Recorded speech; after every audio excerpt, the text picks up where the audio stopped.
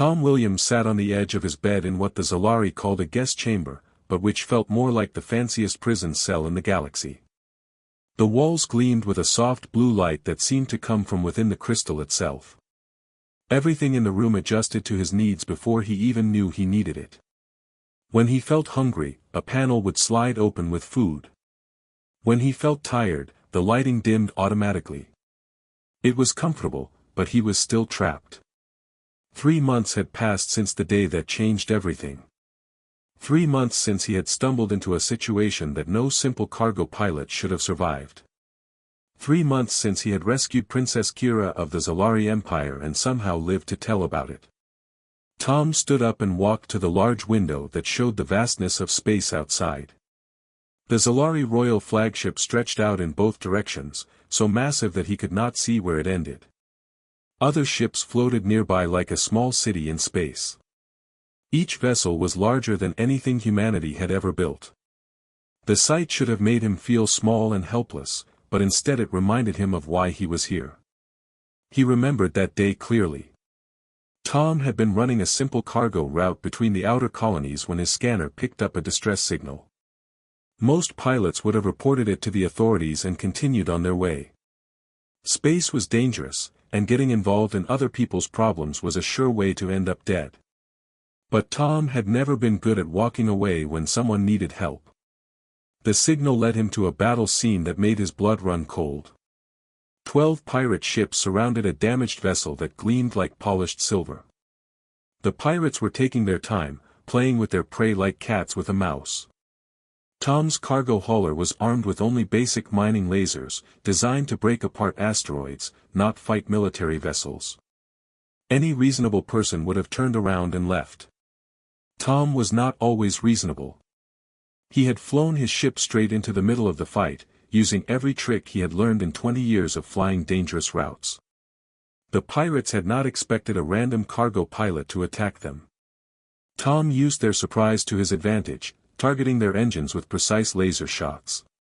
His ship took heavy damage, but he managed to destroy 4 pirate vessels and drive off the rest. When Tom boarded the damaged silver ship to check for survivors, he found a young woman trapped under a fallen beam. She had strange blue skin that shimmered in the light, and her eyes were larger than any human's. But her expression of pain and fear was universal. Tom did not hesitate. He lifted the heavy beam and carried her to his medical bay. Only later did he learn that he had rescued Princess Kira, daughter of the Zalari Empress and heir to one of the most powerful empires in the galaxy. The sound of his chamber door opening brought Tom back to the present. 2 Zalari guards entered, their crystalline armor reflecting the blue light from the walls. Behind them walked Princess Kira herself. "Hello, Tom," she said with a smile. "Are you ready for today?" Tom looked at her and still felt amazed by what he saw. Kira stood tall and graceful, her blue skin marked with silver patterns that seemed to move when she was excited or nervous. Today, those patterns swirled constantly. She wore robes of deep purple that marked her royal status, but she moved with the easy confidence of someone who had grown up expecting to be obeyed. "Ready as I can be," Tom replied. "Though I still think this whole thing is more complicated than it needs to be." Kira laughed, a sound like wind chimes in a gentle breeze. "You saved the life of an imperial princess, Tom. Did you really think you could just go home and pretend it never happened?"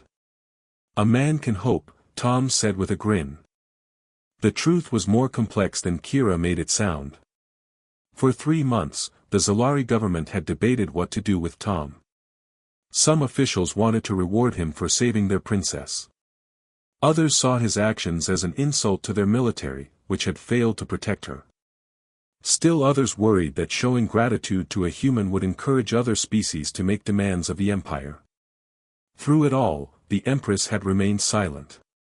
She studied reports about Tom's actions, requested detailed information about human culture and history, and met with advisors behind closed doors.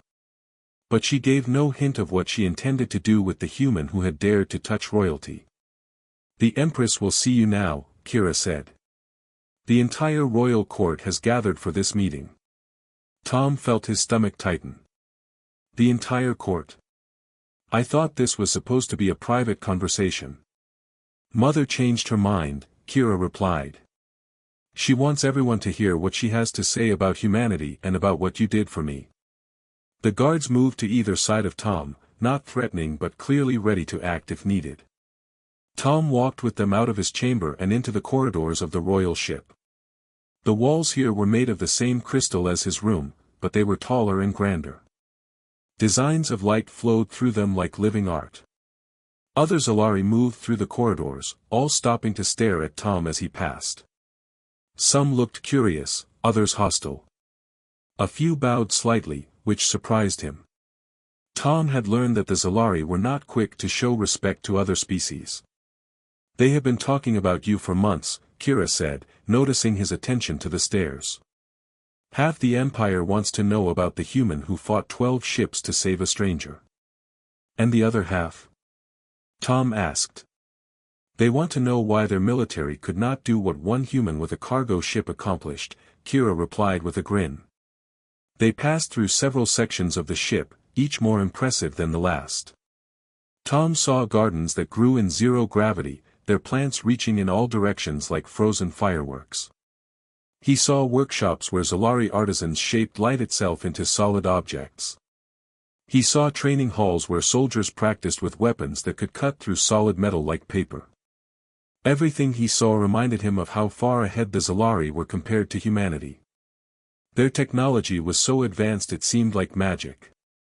Their ship could probably destroy every human colony without working very hard. Yet Princess Kira walked beside him like an equal, chatting about her favorite parts of the ship and asking about his life before the rescue. Tom, she said suddenly, I want you to know something before we meet with Mother. What's that? What you did was not just brave. It was something we have forgotten how to do. Kira stopped walking and turned to face him. When my ship was attacked, 3 Zalari military vessels received the distress signal. They calculated the odds of a successful rescue and decided the risk was too great.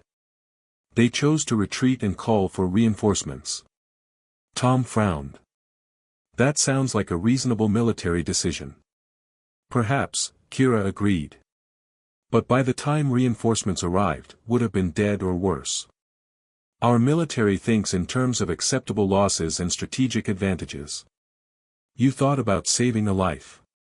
They resumed walking, but Tom could see the patterns in Kira's skin moving faster now. She was building up to something important. The Empress has spent 3 months studying human history, Kira continued. She learned about your wars, your art, your literature. But most importantly, she learned about how humans act when others are in danger. She found thousands of stories about humans who risked everything to save strangers. Humans who ran into burning buildings, who stood against impossible odds, who chose to help rather than calculate costs. Those are just stories, Tom said. Every species has heroes. Do they? Kira asked. When is the last time a Zalari risked their life for a member of another species? When is the last time our people chose courage over calculation? Tom did not have an answer for that. The truth was, he had not really thought about his decision to help Kira.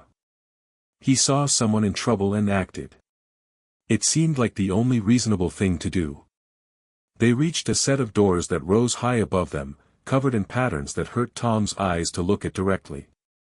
The guards who stood beside the doors wore armor that seemed to be made of solidified starlight. These were the royal guards, the most elite soldiers in the Zalari military. Beyond these doors is the throne room, Kira said. Representatives from dozens of species have gathered to witness this meeting. What my mother says today will be heard across the galaxy. No pressure, Tom muttered. Kira smiled and placed a hand on his shoulder. Tom, I have spent 3 months trying to convince my mother that humans deserve respect and friendship from our empire. Today, she will give her answer. The massive doors began to open, revealing a room so vast that Tom could not see the far end. The ceiling stretched up into darkness, supported by pillars that looked like frozen lightning. Hundreds of beings filled the space, representing dozens of different species. Some looked almost human, Others were so alien that Tom could not even guess how they moved or breathed. At the far end of the room, on a throne that seemed to be carved from a single enormous crystal, sat the Empress of the Zalari Empire. She was larger than Kira, her skin a deeper blue marked with patterns of gold instead of silver. Her eyes fixed on Tom the moment he entered the room, and he felt like she was looking straight through him. The crowd fell silent as Tom walked forward with Kira and the guards. Each step echoed in the vast space. Tom could feel the weight of hundreds of stares, but he kept his eyes on the Empress. Whatever was going to happen, he would face it with dignity. As they reached the center of the room, Kira stepped aside, leaving Tom alone before the throne. The Empress rose from her seat, and Tom realized that she was even taller than he had thought. When she spoke, her voice carried clearly through the entire room without any apparent effort. "Tom Williams of Earth," she said, "you stand before the royal court of the Zalari Empire. 3 months ago, you encountered our daughter in distress and chose to act. Today, we will determine what your actions mean for your species and for our empire." Tom straightened his shoulders and looked directly at the Empress. Around him, the crowd waited in absolute silence. Whatever happened next would change everything. The Empress of the Zalari Empire stood before her throne, her golden patterns glowing brighter as she prepared to speak. Tom Williams felt the weight of hundreds of alien eyes upon him, but he kept his gaze steady on the towering figure who would decide humanity's fate. The vast throne room remained perfectly silent, as if the entire galaxy was holding its breath. "Tom Williams," the Empress began, her voice carrying to every corner of the enormous chamber, "for 3 months, our scholars have studied your species. We have examined your history, your culture, your wars, and your triumphs. What we discovered has challenged everything we thought we knew about what makes a civilization worthy of respect." Tom stood quietly, knowing that anything he said now could make things worse. Around him, representatives from dozens of alien species leaned forward, eager to hear what the most powerful ruler in this sector of space had decided about the humans. "When our daughter's ship was attacked," the Empress continued, 3 of our military vessels received her distress signal.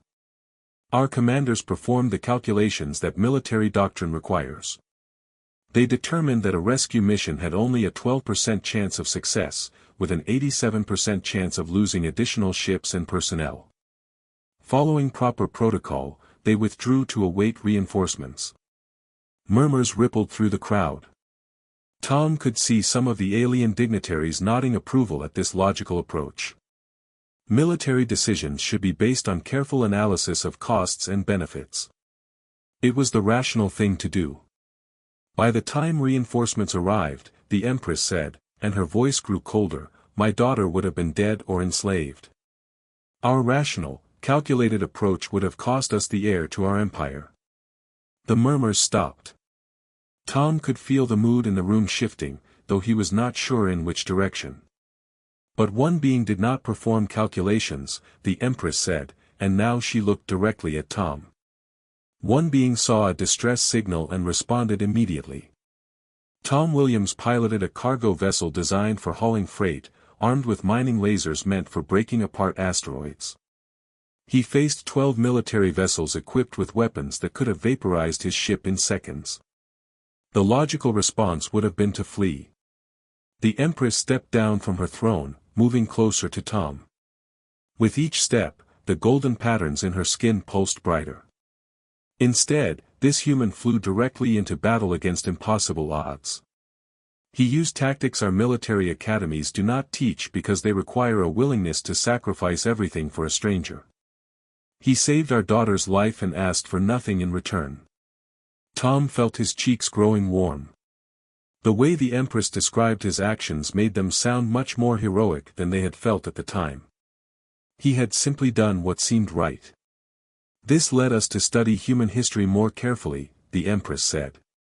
"We found records of humans running into burning structures to save beings they had never met. We found stories of human soldiers throwing themselves on explosive devices to protect their comrades. We discovered accounts of humans sharing their last food with enemies, of humans refusing to abandon wounded strangers even when staying meant certain death. The alien representatives were listening intently now. Some looked confused, as if the Empress was describing something they could not understand. At first, we assumed these were myths, the Empress said. No rational species would behave this way consistently. Surely these stories were exaggerated or invented to inspire better behavior. But the more we investigated, the more evidence we found that humans regularly choose courage over calculation, sacrifice over survival.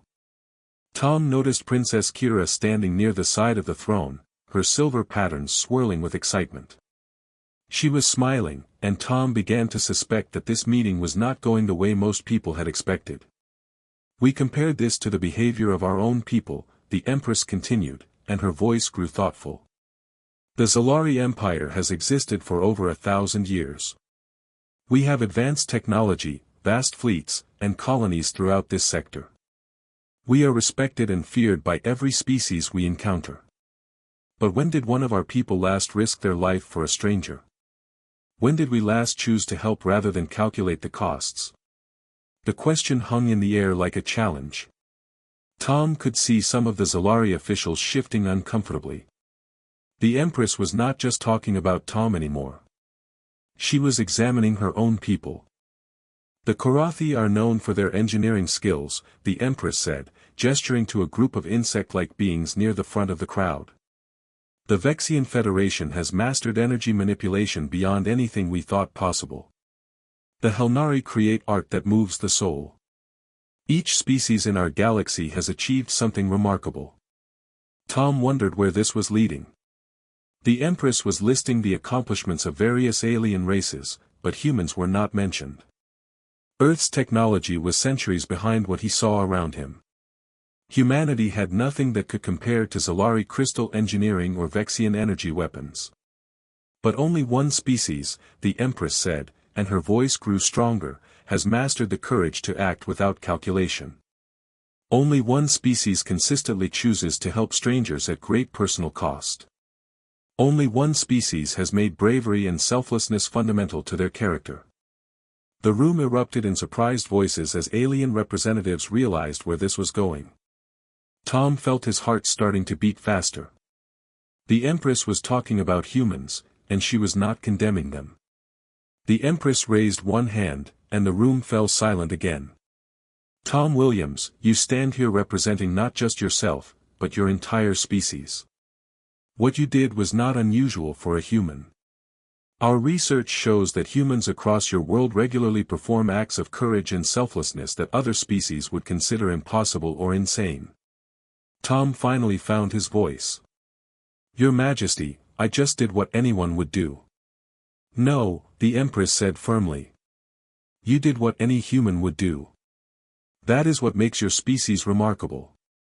She turned to address the entire assembly. For too long, we have measured the worth of civilizations by their technology, their military power, or their economic strength. We have respected species based on what they can build or what they can conquer. But we have forgotten something more important. The Empress walked back toward her throne, but she did not sit down. Instead, she stood beside it, addressing both Tom and the gathered representatives. The greatest civilizations are not those with the most advanced weapons, she said. They are those whose people have the courage to do what is right, even when it is difficult or dangerous. They are civilizations that produce beings willing to sacrifice for strangers, to choose honor over safety, to act with bravery when logic demands cowardice. Tom could hardly believe what he was hearing.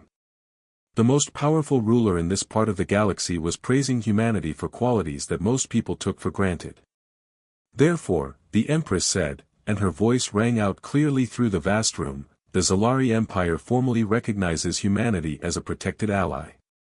We offer Earth and all human colonies our friendship, our protection, and our respect. We will share our technology and knowledge freely, and we will defend human territory as if it were our own. The throne room exploded into chaos. Some alien representatives cheered, others protested loudly.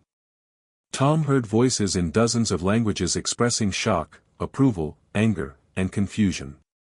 Through it all, he stood frozen, trying to process what had just happened. The Empress was not finished. She stepped down from the platform again and walked directly to Tom. To his complete amazement, she knelt down on one knee so that her eyes were level with his. "Tom Williams of Earth," she said, and though her voice was softer now, it still carried throughout the room, "on behalf of the Zalari Empire, I thank you for saving my daughter. More than that, I thank you for reminding us what true courage looks like." Tom felt overwhelmed. The most powerful being in the galaxy was kneeling before him, thanking him for doing something that had felt natural and right. Around them, the alien representatives had fallen silent again, watching this unprecedented display of respect. "Your Majesty," Tom said, his voice shaking slightly, "please stand up. I don't deserve this." The Empress smiled and rose to her feet. "You deserve more than this, Tom Williams. Name your reward. Anything within the power of the Zalari Empire to give, we will provide.